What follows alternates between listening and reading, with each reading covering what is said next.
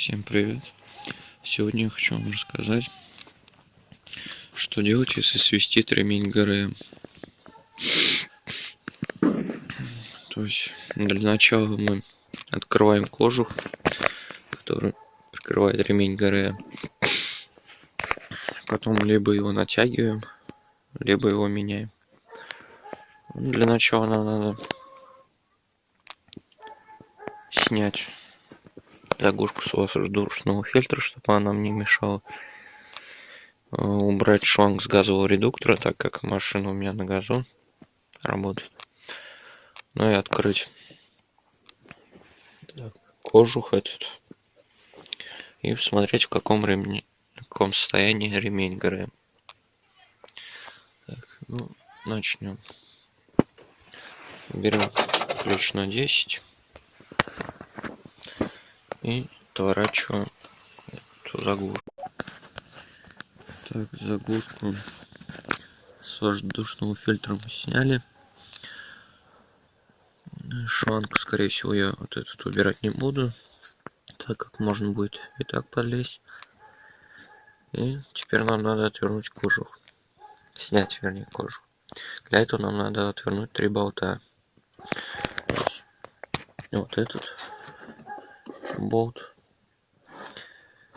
Там стоит второй. Что там чуть пониже. Там его нет. Его специально не ставили, потому что очень сложно подлезть. И вот третий болт. Вот он. Отворачиваем эти 3 болта и снимаем кожух. Ну вот, кожух я снял. Что мы делаем дальше? Мы видим, тут находится ролик. Натяжной ролик, с которого происходит, скорее всего, свист. Ремень просто проскальзывает на нем и происходит свист. Так, как он натягивается? Если мы видим здесь вот гайку на 17, вот она.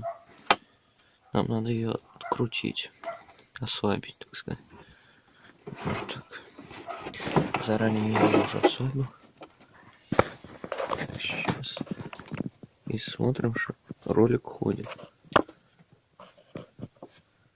Вот. И таким образом нам надо его натянуть и зафиксировать этой же гайкой на 17. То есть вот он ходит спокойно там.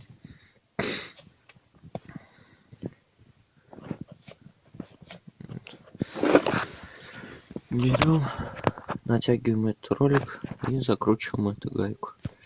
Ну, в принципе, и все. Ремень менять я не буду, так как менял я его перед зимой, и он довольно еще в хорошем состоянии. Поэтому сейчас я просто натяну этот ролик и буду собирать все обратно. В принципе, ничего сложного в этом нет. И проверим, будет ли он свистеть или нет.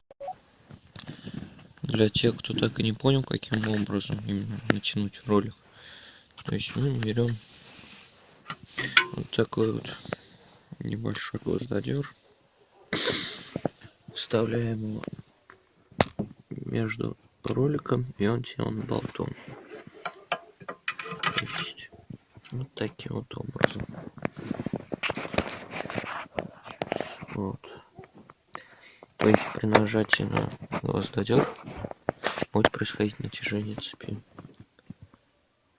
Вернее, ролик. То есть мы давим на гвоздодер. И одной рукой мы давим на гвоздодер, другой закручиваем эту гайку. В принципе, и все. Ничего сложного нет. И пока я натягивал ремень ГРМ, я заметил, что ослаблен ремень на генераторе. Вот он. Видно, то есть, что он очень слабый. Поэтому, может быть, даже свистел не ремень ГРМ, а ремень генератора. Ну, раз уж на то пошло, что мы сегодня натягиваем ремни, натянем сразу и ремень генератора. Потому что вполне возможно, что это и он проскакивает. И происходит свист. Что нам для этого надо? Отворачиваем опять же вот здесь вот гайку на 17. Вставляем эту гвоздодер. Так, сейчас попробуем встать. Как-нибудь вот таким образом, что как рычаг, чтобы давить на него, и генератор уходил назад. То есть одной рукой давим, а другой затягиваем вот эту вот гайку на 17. Ну вот как бы ремень я натянул, завел машину, ничего нигде не свистит. Раньше у меня свистел ремень на холостых оборотах. То есть сейчас мы видим, что нигде ничего не свистит.